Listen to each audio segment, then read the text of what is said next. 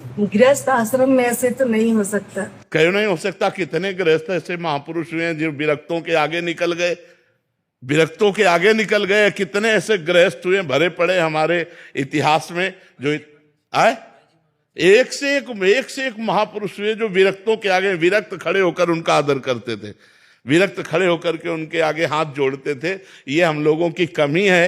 अच्छा, हम अंदर राधा राधा जप रहे हैं तो कोई गृहस्थी में बाधा है क्या? रसोई बना रहे राधा राधा राधा राधा राधा, पोछा लगा रहे राधा राधा, फावड़ा चला रहे राधा राधा, व्यापार कर रहे राधा। ये हमारी बेईमानी है, ये हमारी बेईमानी है कि हम अपने को गृहस्थ मान करके और भगवान से विमुख हो जाते हैं। ऐसे लोग हैं कि एक माला भी भजन नहीं करते, रात दिन लड़का बच्चा रुपया पैसा धन संपत्ति। इसलिए नाम जप करो, अच्छे आचरण करो, गंदे भोजन का त्याग करो, गंदे आचरणों का त्याग करो, तो आप आनंदित हो जाओगे। ये मत कहो कि हम गृहस्थ हैं तो हम भजन नहीं कर सकते। भजन तो कर सकते हैं प्रभु। तो फिर गृहस्थी में क्या है? तुम्हारे 4-5 लड़का बच्चा होंगे, हमारे 500 हैं। बताओ ना। नहीं, बहुत सरल है। हाँ, तुम्हारी गृहस्थी में 5-7 लोग होंगे, यहाँ 500-700 है। 500-700 लोग हैं जिनका रोज भोजन सुबह शाम दोपहर। तो कितनी बड़ी हमारी गृहस्थी, तुमसे बढ़ के गृहस्थी है। लेकिन भजन, सब भजन परायण है, सब भगवान के भजन परायण, कोई चिंता शोक से ग्रसित नहीं है। इसलिए नाम जप को, भगवान के आश्रय को, भगवान की भक्ति को हर जगह किया जा सकता है, चाहे आप व्यापारी हो, चाहे नौकरी पेशा वाले हो, चाहे जब युद्ध में भजन हो सकता है। मामन स्मर युद्ध च, तो फिर और कहां भजन नहीं हो सकता। जो गति एक सन्यासी को होती है वही गति एक गृहस्थ को होती है। सच्चाई से चले, ईमानदारी से भजन करते हुए, अपने धर्म का पालन करते हुए। एक तपस्वी थे कश्यप जी, उन्होंने बड़ी तपस्या की एकांत में। तो एक दिन वो ऐसे बैठे हुए थे तो एक बगुली वृक्ष को, ये महाभारत की कथा है, ग्रंथ की, लिखित भगवान व्यास देव जी के द्वारा ग्रंथ है। ऊपर वो बगुली ऐसे हग दी तो वो ऐसे देखे, वो भस्म होके गिर गई, आग लग गई बगुली में, क्योंकि वो क्रोध से देखे ना।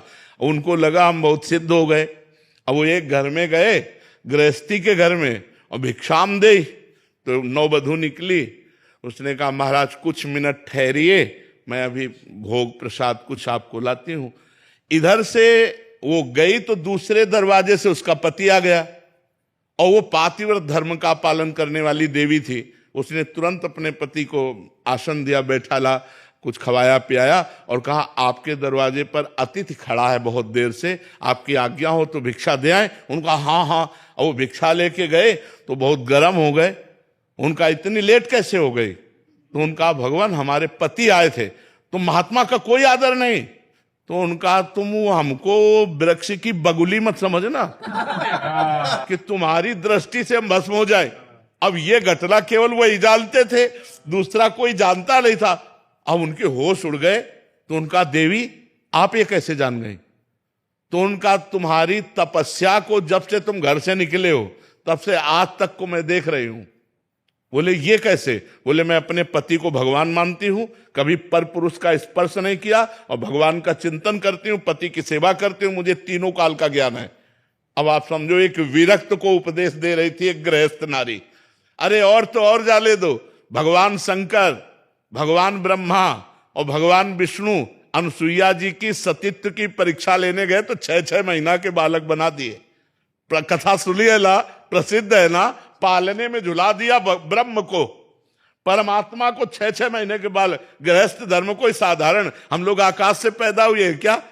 गृहस्थी भी तो पैदा हुई है। आज भी हम पल किससे रहे हैं? गृहस्थों से ही तो पल रहे। तो गृहस्थी धर्म कोई साधारण धर्म समझते हो क्या? विरक्त धर्म का पोषण करके अपने परिवार का पोषण कर रहा, धन्य है गृहस्थ धर्म। लेकिन गृहस्थी में पापाचरण छोड़ो, भगवान का नाम जप करो, धर्म से चलो तो गृहस्थी धन्य हो जाए। अब शराब पियो, मांस खाओ, पराई स्त्री से व्यभिचार करो, गंदी गंदी बातें करो, तब तो नरक का रास्ता है, चाहे कोई भी हो, गृहस्थ हो चाहे वीर। अपने अपने धर्म से चलो तो हम सब पहुंचेंगे एक ही पिता के घर। हम अपने धर्म से चले, आप अपने धर्म से चलो, दोनों को परमात्मा प्राप्ति हो जाएगी। तो इसलिए ये बात कह के कि हम गृहस्थ हैं, भगवत प्राप्ति हमारे लिए दुर्लभ, ऐसी बात नहीं, सबके लिए सुलभ है। भगवान का चिंतन करो, धर्म से चलो। एक गृहस्थ के लिए सात्विक भोजन क्या होना चाहिए? जैसे हम लोग वेज के नाम पे सब कुछ खा लेते हैं, हाँ, हमने पिज्जा भी खा लिया, हमने बर्गर भी खा लिया, क्योंकि नहीं नहीं, ऐसी चीजें जो बाजार में अपवित्र लोगों के द्वारा बनाई गई हैं वो हमारी बुद्धि में रजोगुण और तमोगुण पैदा करेंगी। आप घर में छौंक करके दाल पाएं और वही फ्राई करके होटल से मंगवाएं, अंतर हो गया। घर की छौंकी हुई दाल सतोगुणी, बाजार की पवित्रता से बनाई हुई दाल रजोगुणी, और कहीं बासी दाल छौंक दी गई तो तमोगुणी, वो तमोगुण प्रदान। और प्रायः ऐसा होता है कि दाल उबली रखी और 4-4, 6-6 दिन की दाल वो फ्राई तुरंत करके आपको दी जाती है। तो ये जो होटलों का बना हुआ भोजन है, इनमें पवित्रता का ज्ञान ना रखने वाले लोगों के द्वारा निर्माण हुआ है, तो वो प्रायः रजोगुण और तमोगुण ही बढ़ाता है।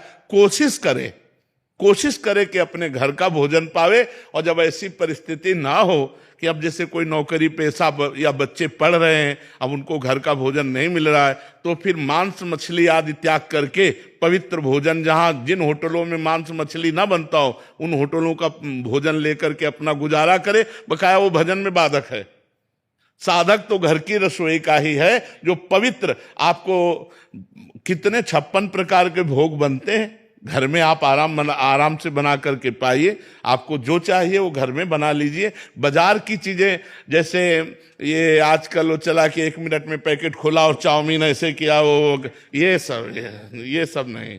घर की चीजें, 2 रोटी ले लो, नमक ले लो, जरा सा तेल या घी ले लो और वो खा के गुजारा कर ले। सब्जी, रोटी, दाल, दही, दूध, घी, ये बहुत अच्छे अच्छे अपने यहाँ पदार्थ हैं। आप 2 पराठा बना लीजिए, नमक से खा लीजिए, लेकिन ये पिज्जा, बर्गर, ये चीजें मत खाइए। ये आपके स्वास्थ्य के लिए भी हानिकारक है और परमार्थ के लिए भी हानिकारक है। आपके बुद्धि पतित हो जाएगी, परमार्थ लायक नहीं। और आजकल लोग यही पसंद करते हैं, गंदा आहार हो, गंदा पेय हो तो बोले VIP पार्टी रही, और अगर सात्विक बढ़िया खीर पूड़ी सब्जी रोटी बना के पवाला तो पार्टी नहीं। कह रहे हैं कि उसने कुछ करा ही नहीं। करे, हाँ उसने कुछ किया। बिल्कुल। इसलिए हमें लगता है अगर हमारा आहार शुद्ध है तो हमारी बुद्धि शुद्ध है। बुद्धि शुद्ध है तो जीवन सही रहेगा। ये अशुद्ध बुद्धि का ही तो लक्षण है। अब मान लो पिए पाए शराब में नशे में मार दिया गोली, अपने भी मार लिया, खत्म खेल। अब वो भूत प्रेत बनेंगे और क्या बनेंगे? देवता थोड़ी बनेंगे, भूत प्रेत बनेंगे। या अकाल मृत्यु जो है, ये इस तरह की हत्या, वो निम्न योनियों में जाएंगे, भूत प्रेत नीच योनियां प्राप्त होंगी। तो इसलिए हमें लगता है हमारा भोजन शुद्ध होना। बच्चा अपनी माँ से नाराज हो जाता है और मार डालता है। कितने ऐसे केस देखो ना, माँ किसी दूसरे से फंस गई तो अपने बच्चे की हत्या कर देती है। आप घटनाओं को जरा क्रम से देखिए तो ये क्यों हो रहा है? क्योंकि आज हमारी बुद्धि भ्रष्ट हो रही है। हमारी बुद्धि भ्रष्ट होने का कारण हमारा भोजन है, हमारा संग है, हमारा दर्शन है, हमारा सुनना, हमारा बोलना, ये सब हमारे चिंतन पर प्रभाव डालता है। मोबाइल से हम देख रहे हैं, गंदा मित्रों का संग कर रहे हैं, गंदा आहार कर रहे हैं, तो हमारे आचरण गंदे नहीं होंगे, फिर होगा क्या? और आचरण गंदे हुए तो जिंदगी नष्ट हो गई, फिर भ्रष्ट हो गई, फिर जिंदगी को नहीं संभाला जा सकता। बच्चों को भगवत प्राप्ति का ज्ञान कैसे दे? एक माला ही बैठाल कर करवाओ, काउंटर से बैठाल करके कि तुम 108 बार राधा राधा बोलो, तुमको अभी हलवा बना के पवाएंगे, तुमको ये पवाएंगे। उन बच्चों को प्रलोभन देना, तुम्हें अमुक वस्तु दे देंगे, तुम्हें शाबाश, एक माला करो राधा राधा राधा, हमें दिखाओ 108 बार किया कि नहीं किया। ऐसे धीरे धीरे उनको, अच्छा अब तुम 200 बार करो, तुम 300 बार नाम जप करो, ऐसे धीरे धीरे लगाओगे तो बच्चापन से संस्कार बन गए ना नाम जप के, तो अच्छे सदगृहस्थ बन जाएंगे। उनको शिक्षा दे कि गलत आचरण ना करे। आजकल बच्चों का माहौल भी बहुत गंदा हो रहा है, तो अपने बच्चों को बचाए, उनसे प्यार से पूछे, कोई ऐसी गंदी बात, कोई ऐसी गंदी हरकत, कोई ऐसा गंदा संग, कोई ऐसी गंदी क्रिया, तो उनको प्यार दुलार, कि अगर गलत किया तो उनको भय भी होना चाहिए। प्यार और भय के द्वारा हम अपने बच्चों की जिंदगी को बचाएं। नहीं, आज का वातावरण जो मोबाइल और कुसंग का है वो सीधे नष्ट करने वाला है, सीधे भ्रष्ट करने वाला है।